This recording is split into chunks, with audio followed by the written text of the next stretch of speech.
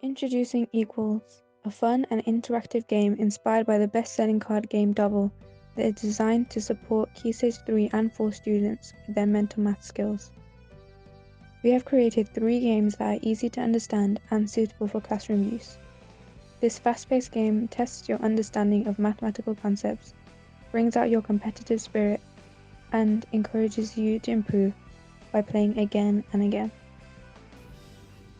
Having looked at the national curriculum, the 3 topics featured on the cards were carefully selected to allow a strengthened ability and approach to problems in exam settings. For this particular pack of equals, we have chosen fractions, decimals and percentages, standard form and equivalent equations. Now let's see this in action. The name of the first game is Grab 'em. Every player is given 1 card and they are dealt face down. The remaining cards are placed in the middle faced up to form the draw pile. Players flip up the cards simultaneously and they try to spot the one equation that is equal on both the center card and their own card. As soon as you find your match, call out the color and the matching equation. You then take the center card and place it faced up on top of your flipped card to form a personal pile. Now use the new top card on your personal pile to find an equivalent equation with the new center card. Continue playing until the draw pile runs out of the cards. There will always be an equation matching to a card, so it comes down to who is the quickest to find it. The player with the highest number of cards is the winner. The second game is called Takeaway.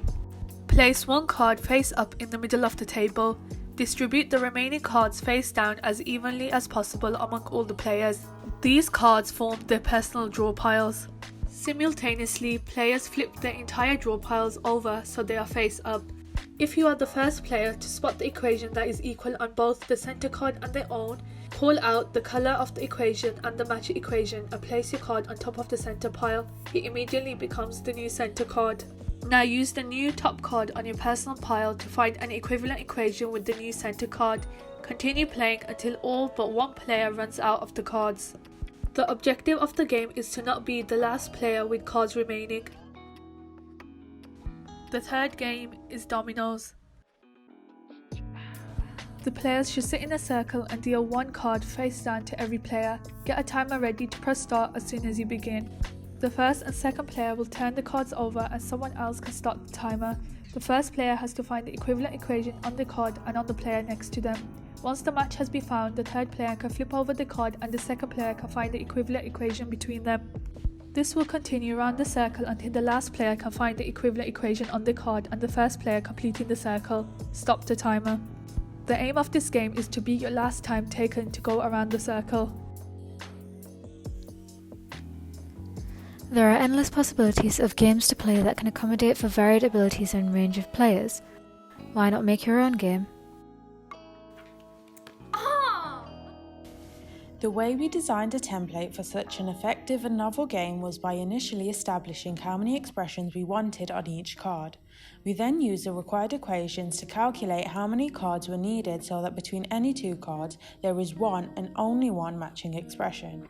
We then used Excel to allocate which expression will be on each card.